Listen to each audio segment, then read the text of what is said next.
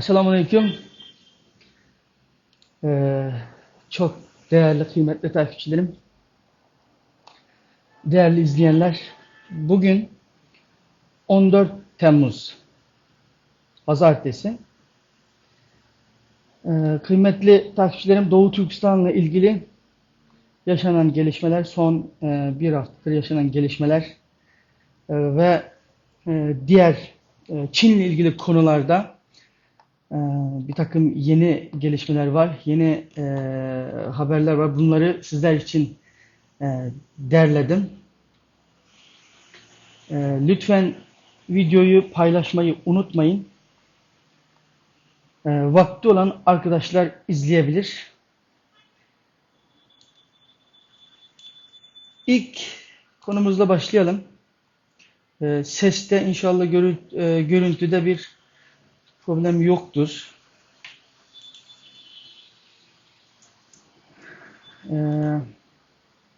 Evet. Değerli dostlar, milletimizin başı sağ olsun. Geçtiğimiz haftalarda vatan toprağının canı pahasını koruyan 12 kahraman Mehmetçiğimiz metan gazı zehirlemesiyle şehit oldu. Yüreğimiz acıdı, yüreğimiz yandı. Şehitlerimize Allah'tan rahmet, ailelerine sabır, silah arkadaşlarına da, aziz milletimize de başsağlığı diliyoruz. Ruhları şad olsun. Bir diğer önemli konu da tarihi bir konuydu bu. Türkiye'de terör örgütü PKK tasfiye sürecine girilmiş oldu. 30 kişilik bir grup ilk olarak böyle bir silahlarını bıraktı. Bunun devamı gelecek tabii ki. Bu sürecin Türkiye'deki tüm halklara barış, istikrar ve refah getirmesini Allah'tan niyaz ediyoruz.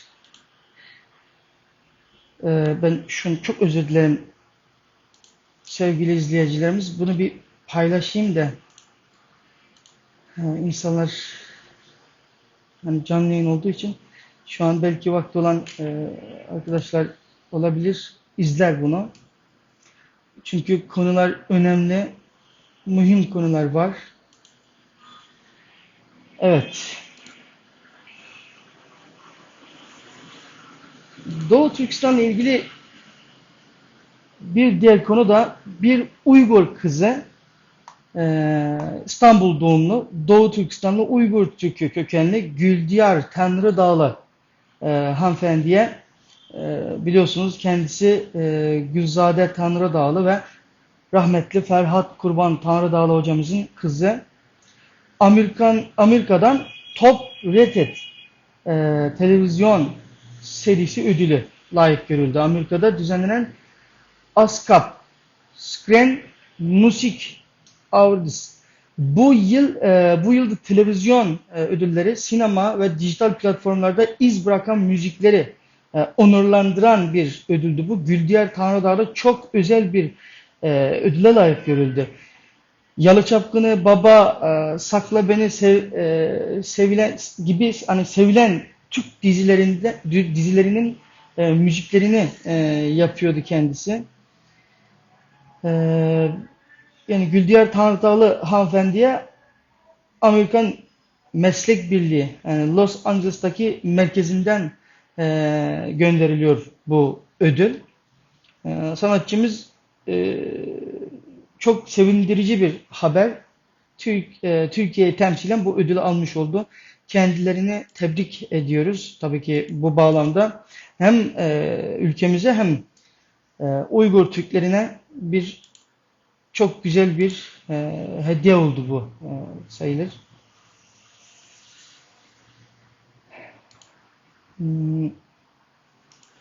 Canlı yayını hemen paylaşıyorum. Evet.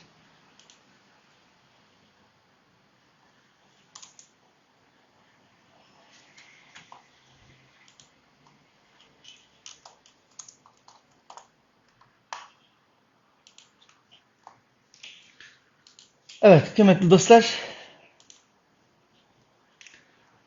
Doğu Türkistan'da yeni bir dönem başlamak üzere.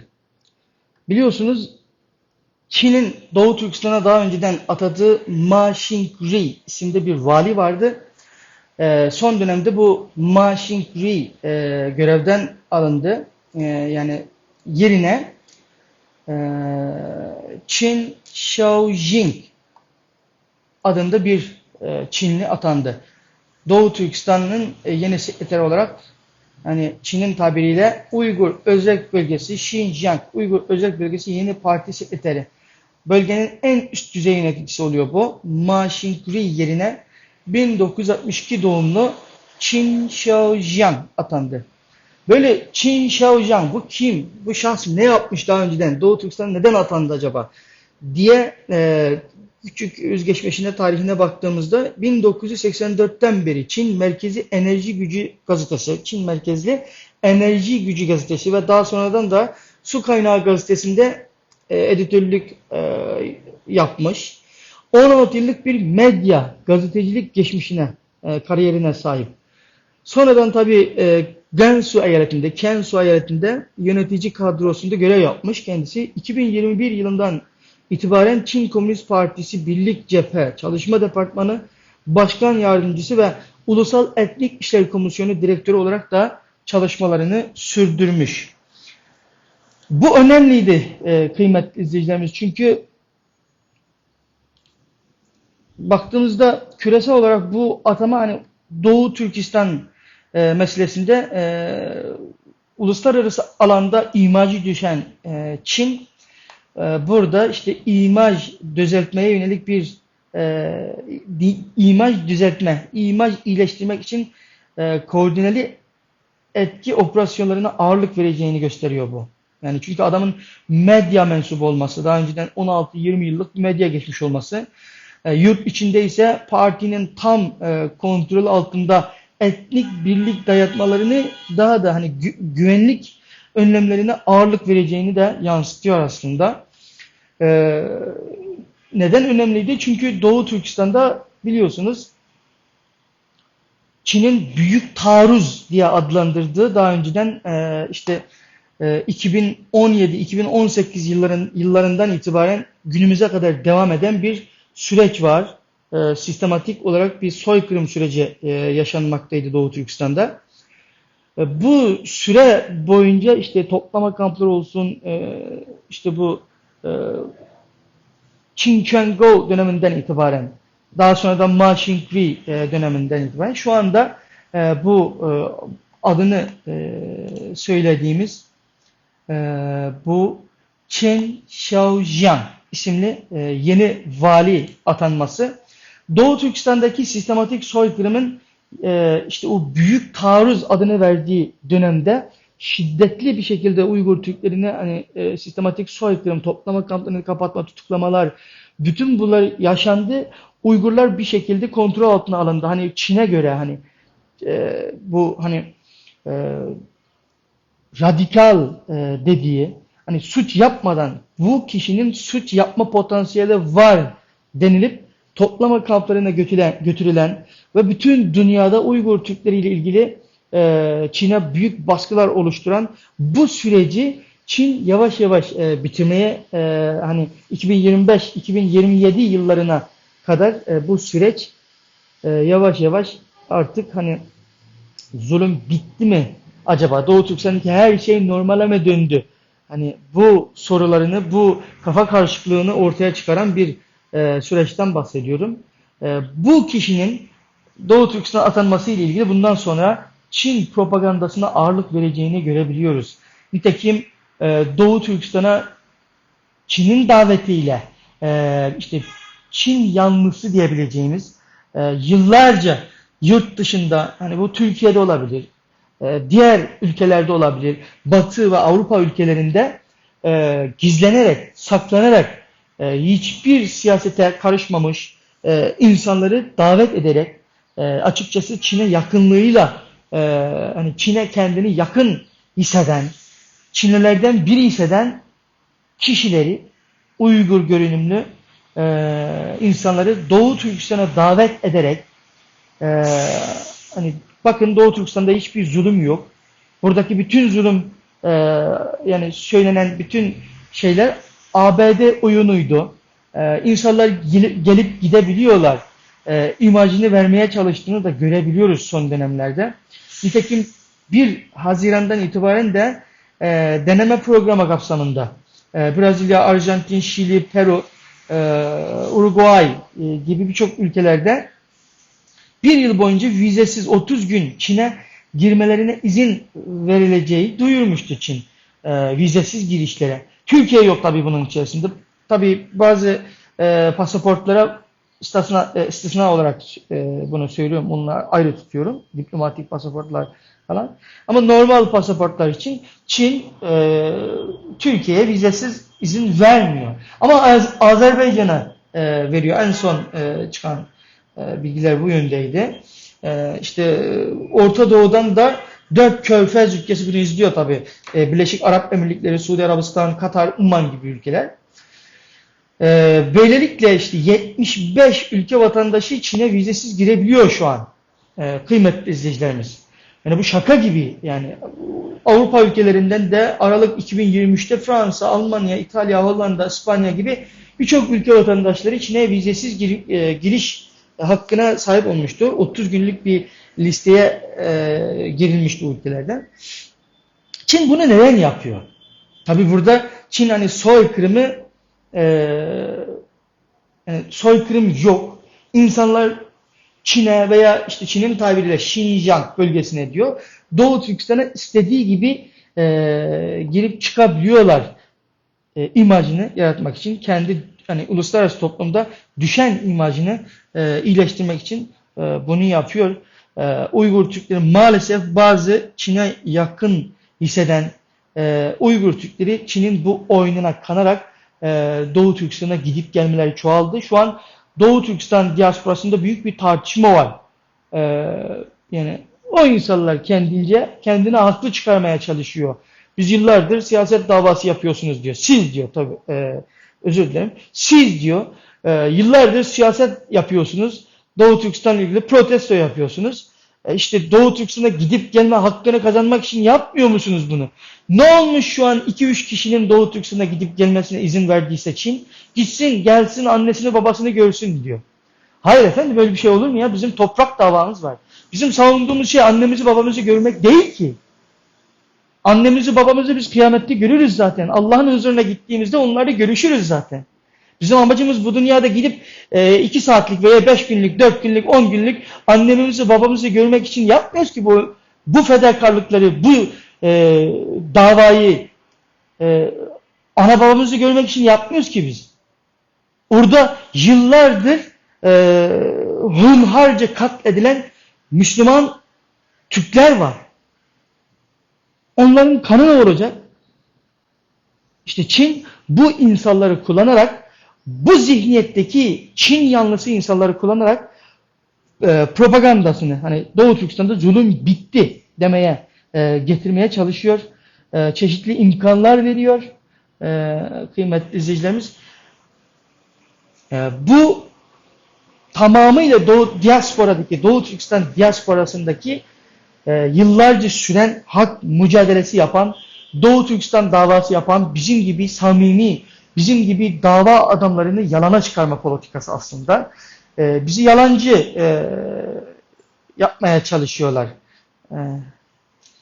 O yüzden Çin'in bu politikaları uzuna sürmez. Biliyorsunuz Türkiye'ye gelen öğrencilerin de sırf sadece Türkiye'ye geldikleri için tutuklanıp toplama kamplarına götürüldüğü bir gerçek var. Onu zaten biliyorsunuz. Daha önceden olmuştu. Bundan sonra da yine yapacak diye düşünüyorum. Evet. Kıymetli dostlar, Çin Dışişleri Bakanı Wang Yi Berlin'de protesto edildi. Bir önemli gelişme de buydu. 30 Haziran 6 Temmuz tarihleri arasında Brüksel, Berlin ve Paris'i kapsayan üst düzey bir Avrupa ziyareti gerçekleştirdi Çin Dışişleri Bakanı Wang Yi. Bu kapsamda Perşembe günü de Berlin'de toplanan aktivistler, işte Uygur Türkleri var, Hong Konglular var, Tibet özgürlüğünü savunan aktivistler var. Çinli Bakan Wang Yi'nin Almanya ziyaretini protesto ederek Çin hükümetinden hani devam eden insan hakları ihlali, sistematik soykırım Doğu Türkistan'daki bütün bu süreçlere dikkat çekti. Bu da önemliydi değerli dostlar. Orada işte Berlin'de Dünya Uygur Kurultayı'nın öncülüğünde, tabii ki Batı'daki birçok Uygur teşkilatlarının öncülüğünde düzenlenen Tibetli, Hong Konglu Çin karşıtı örgütlerin düzenlediği bir protestoydu. Bu önemliydi. 5 Temmuz Ürümçi katliamı protestoları düzenlendi. Biliyorsunuz Ürümçi katliamının bu yıl 16. yıl dönümü. Dünyanın birçok şehrinde protestolar düzenlendi. Gösterilerde katılım büyüktü. Katliamda hayatını kaybedenler, aziz şehitlerimizi andı. Çin'in soykırım politikalarını da kınadı. 16 yıl önce biliyorsunuz ben 5 Temmuz'la ilgili biraz detay vermek istiyorum. 5 Temmuz Ürümçi katliamı 2009 yılında Doğu Türkistan'ın Ürümçi şehrinde Uygurların barışçıl bir şekilde hak arayışı içerisinde Çin bayraklarını kaldırarak hatta sokaklarda Uygur Türklerine yapılan onca muameleye karşı neden adil davranmıyor, neden bize eşit davranılmıyor protestoları yapılmıştı, ancak Çinli terörist hükümet diyelim, Çin rejimi Uygur Türklerinin üzerine ateş açarak bir katliam gerçekleştirdi. Ürümçi katliamının 16. yıl dönümü münasebetiyle de bu yıl 5 Temmuz 2025 tarihinde Münih, İstanbul, Washington, Tokyo, Amsterdam, Oslo gibi dünyanın farklı bölgelerinde, başkentlerde, büyük şehirlerde, Çin konsoloslukları önünde, Dam Meydanı gibi böyle büyük kamuoyunun toplandığı büyük meydanlarda protesto gösterileri düzenlendi. İstanbul'da da birkaç yerlerde çok önemli toplantılar gerçekleştirildi. Biliyorsunuz biz İstanbul Trabiya sahilindeydik bugün. Çin konsolosluğu önünde protesto gerçekleştirdik. Ve tabii ki İstanbul'da farklı ilçelerde mesela işte Türkiye Sivil Toplum Kuruluşları platformu, STK'lar platformu öncülüğünde de 5 Temmuz'u anma ve şehitleri anma programı düzenlenmişti. Dünyanın birçok ülkelerinde öne çıkan Doğu Türkistan'da STK'lar var işte. Dünya Uygur Kurultayı, Uygur Projekti gibi. Ondan sonra Türkiye'de işte Doğu Türkistan STK'lar Birliği veya Doğu Türkistan Türkiye Doğu Türkistan STK'lar platformu gibi teşkilat mensupları ile birlikte bu protestolar düzenlendi. Anlamlı ve Uygur Türklerinin hala o Çin'e karşı direniş ruhunun diri olduğunu gösteren bir eylemdi bu. Çok önemliydi. Evet, bir diğer gelişme de Doğu Türkistan Milli Futbol Takımı başarıyla çok güzel bir başarı elde etti ve ikinci dereceye girmeye başardı. Hollanda'da yaşayan genç futbolcu Elşad İslam tarafından kurulan Doğu Türkistan Milli Futbol Takımı KUNIFA yani FIFA dışı Uluslararası Futbol Federasyonları Birliği KUNIFA'nın 1 ile 5 Temmuz tarihleri arasında Londra'da düzenlediği 2025 KUNIFA Asya Kupası Ligi'nde ikinci dereceye girmeyi başararak 2027'de düzenlenecek olan turnuvaya katılma hakkı kazandı. Bu başarı tabii ki Doğu Türkistan davasını yani şöyle düşünün, hep ağlayıp sızlayan hani siyaset arenasında sadece kürsülerde Doğu Türkistan davasını anlatma faslı bittiğini gösteriyor. Bu aynı zamanda da spor camiasında, spor alanında varlığını göstererek Doğu Türkistanların dikkatleri üzerine çekeceği anlamına geliyor. Başarılar diliyoruz arkadaşlarımıza, genç dostlarımıza.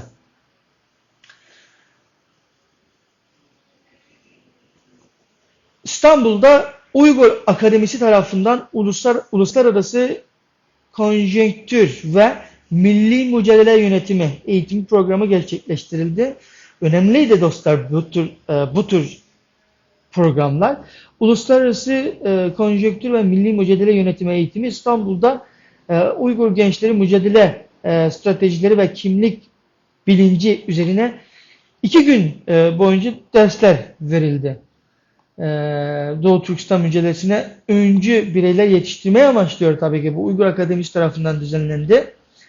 5-6 Temmuz 2025 tarihleri arasında Uygur Akademisi'nin İstanbul'daki Sefaköy şubesinde yapıldı. Eğitim programına İstanbul'dan 19 Uygur gencin katıldığı söyleniyor. Programda 2 gün süren programda diaspora kimliği, kültürel koruma medya programında ve manipülasyonlar ve gençliğin gelecekteki rolü gibi başlıklar ele alınmış. Çeşitli uzman isimler, profesör doktorlar katılmış. Programda Profesör Doktor Erkin Emet, Profesör Doktor Alimcan İnayet, Doçent Doktor Doçent Doktor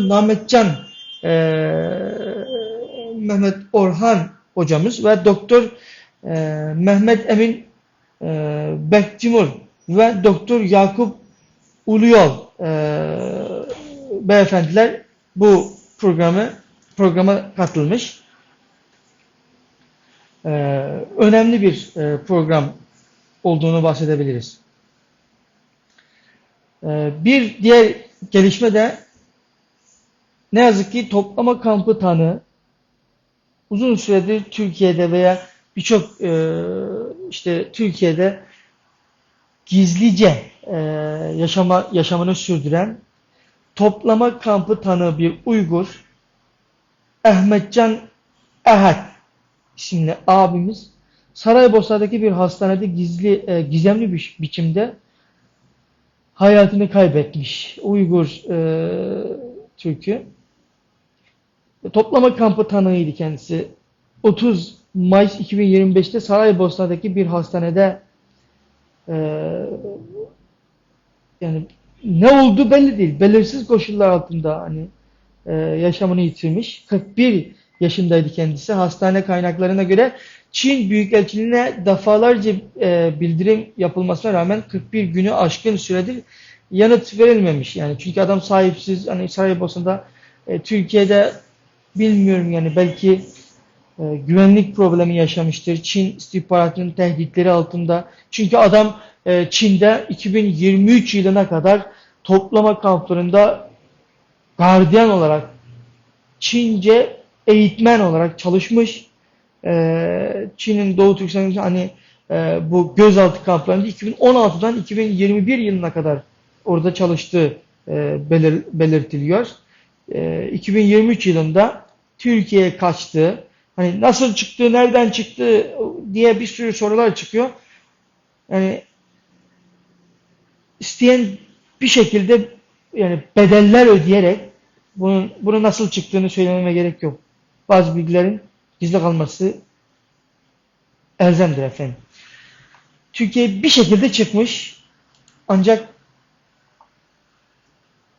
işte bazı tanıklıklar vermiş. Uygur dil bilimci Abdülveli Ayıp beyefendinin anlattıklarına göre gizli bir şekilde Batı medyasına, birçok medyaya tanıklık verdiğini söylüyor. Olayla ilgili kaynaklara göre Saraybosna yetkilileri Emet'in ölümünden hemen sonra Çin Büyükelçiliği ile iletişime geçtiğini söylüyor Saraybosna yetkililerin. Sonraki adımların da koordinasyonu Çin girişimde bulunmuş. Ancak 10 Temmuz itibariyle de elçilik ne yanıt verdiği ne de hiçbir şekilde ilgi vermediğini Saraybosna yetkilileri aktarıyor. Tabii bunu adam çok önemli. Türkiye'den 3. bir güvenlik ülkeye kaçış yolu mu diyelim. Kaçak Saraybosna üzerinden herhalde. Bilmiyorum belki başka sebepten dolayı gitmiştir oralara. Çünkü son dönemde biliyorsunuz Çin'in Türkiye'ye yakınlaşması gündemde. Çeşitli yöntemlerle yaklaşıyorlar. Bununla ilgili daha önceden de video çekmiştim. Uygur Türkleri ne vatandaşlık alamadığını da biliyoruz bu abinin herhalde. Vatandaşlığı da yok, ikameti de yok bir şekilde. Burada can güvenliği tehlike altında herhalde Batı veya Avrupa ülkelerine yasa dışı yoldan gitmek üzereyken orada vefat etmiş olabilir. Çin istihbaratı tarafından yapıldığını düşünüyorlar diasporadaki Uygur Türkleri. Allah mekanını cennet eylesin. Evet efendim, Uygur Türkleri ile ilgili de çok önemli diğer bir gelişmeydi. Amsterdam Meclisi'nden geldi. Bu tarihi bir adım.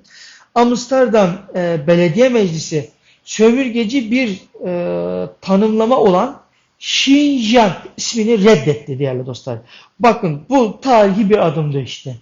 Yani şu an Xinjiang ismini kullanıyorlar her yerde ancak Amsterdam Meclisi hayır efendim o işgal edilen bir topraktır diyor. Xinjiang ismi zaten kelime anlamıyla yeni toprak, kazanılan toprak anlamında. Biz bunu kullanmayacağız diyor. Uygulamalardan tamamıyla bunu reddedeceğiz. Doğu Türkistan adını kullanacağız bundan sonra diyor. Hollanda Amsterdam Belediye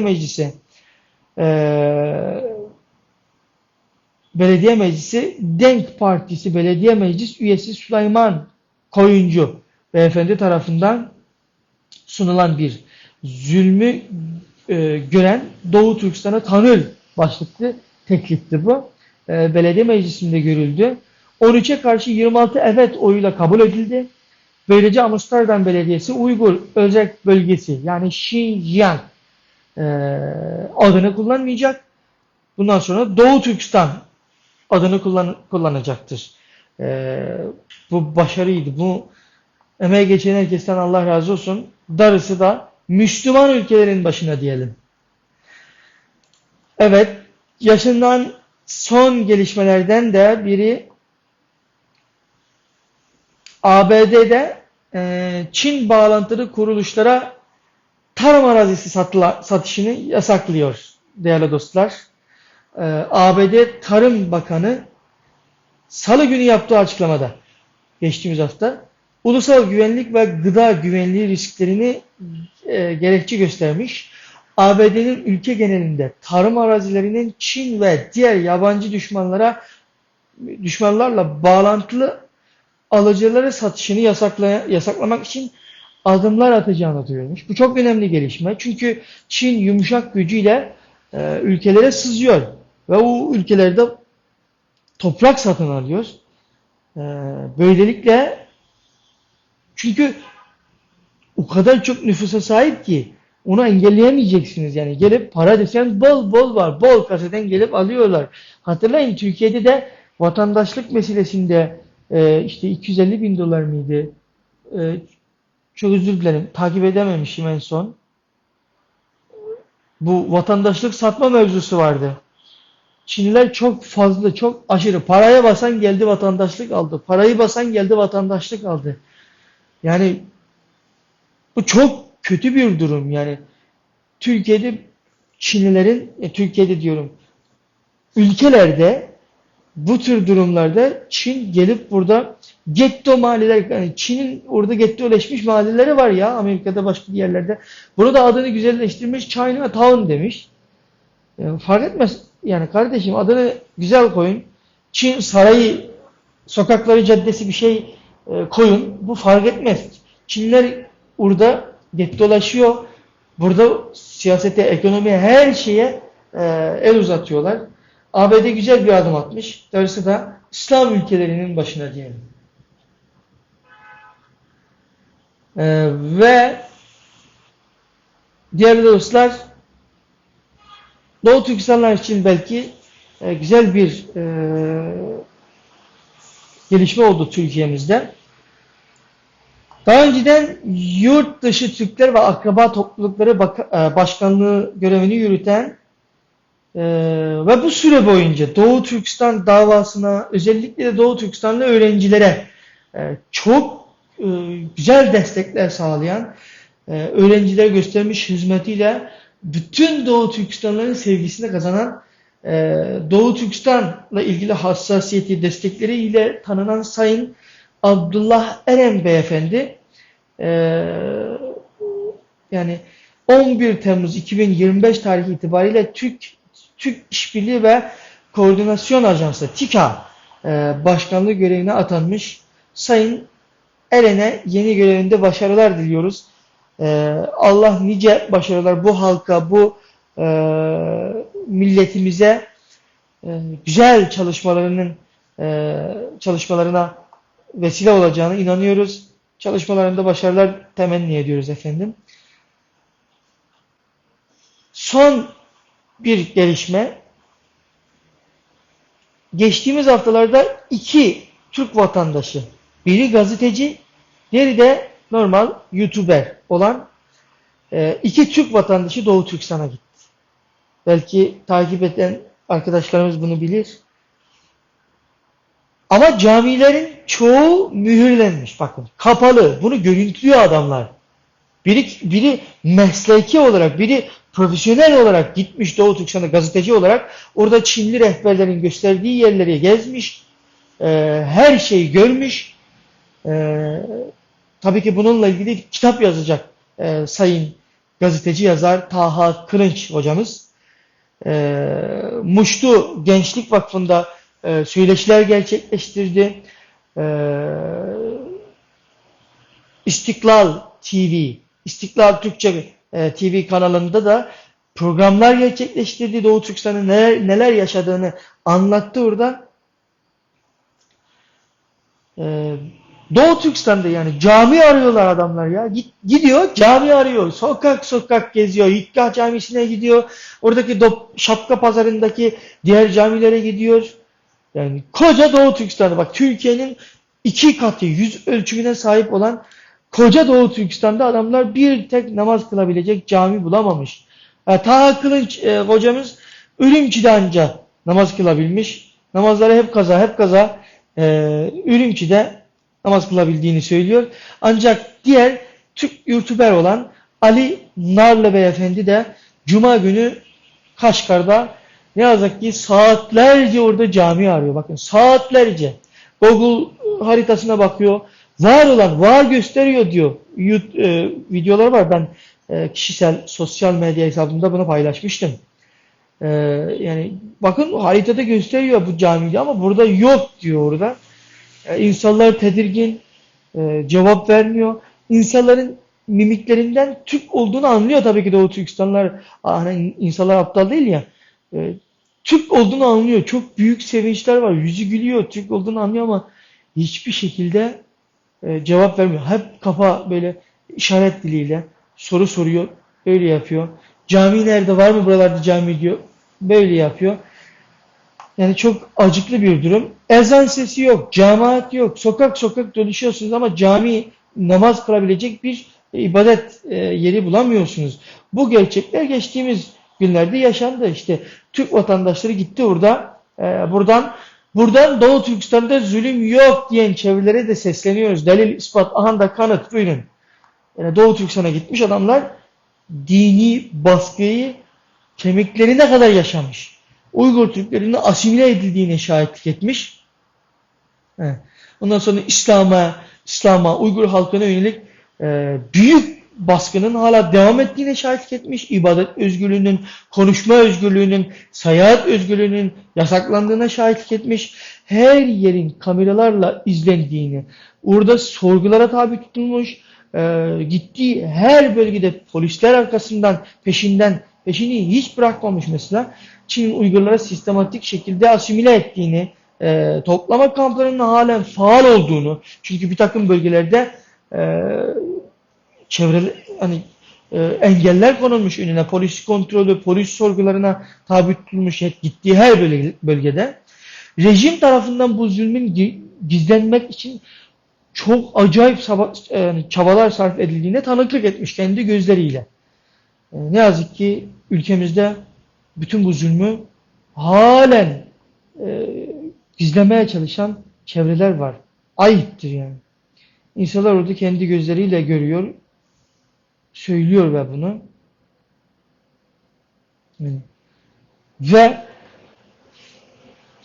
yani o Çin'in hani ilk başlarda söylediğim gibi Çin'in işte uluslararası toplumdan kendine yakın isimleri getirip gezdirmesi, bölgede zulüm yok imajı vermeye çalışması. Yani bunların hepsini çürütüyor aslında bu ziyaretler. Lütfen buradan davet ediyorum Türk vatandaşlarını veya Türkçe konuşabilen diğer ülkelerde yaşayan Avrupa Batı ülkelerinde yaşayan vatandaşları Doğu Türkistan'a davet ediyorum. Ya gidin ya Türkiye'de işte Yunanistan'a falan bilmem başka ülkelere gidip seyahat yapacağınıza başvurun Çin konsolosluğuna. Batı ve Avrupa ülkelerinde vatandaşı iseniz zaten vizesiz geçebiliyorsunuz. Türk vatandaşı olsanız dahi turistik vize başvurun yani. Gidin Doğu Türkistan'ı gezin. Lütfen Allah aşkına oradaki bölgeleri gezin. Gerçekleri görün. Biz gidemiyoruz. Biz yaklaşık 10 yıldır biz gidemiyoruz. Akrabalarımızla iletişim kuramıyoruz. Gidip burada görün. Çin'in zulüm yok. Burada soykırım yok. Yalanını çürütün lütfen. Doğu Türkistan'la ilgili geçtiğimiz günlerde yaşanan gerçekler, gelişmeler bunlardı. Kıymetli izleyicilerimiz. İnşallah bundan sonraki süreçlerde de ben çok uzun bir vakit kaybettim açıkçası değerli izleyicilerimiz.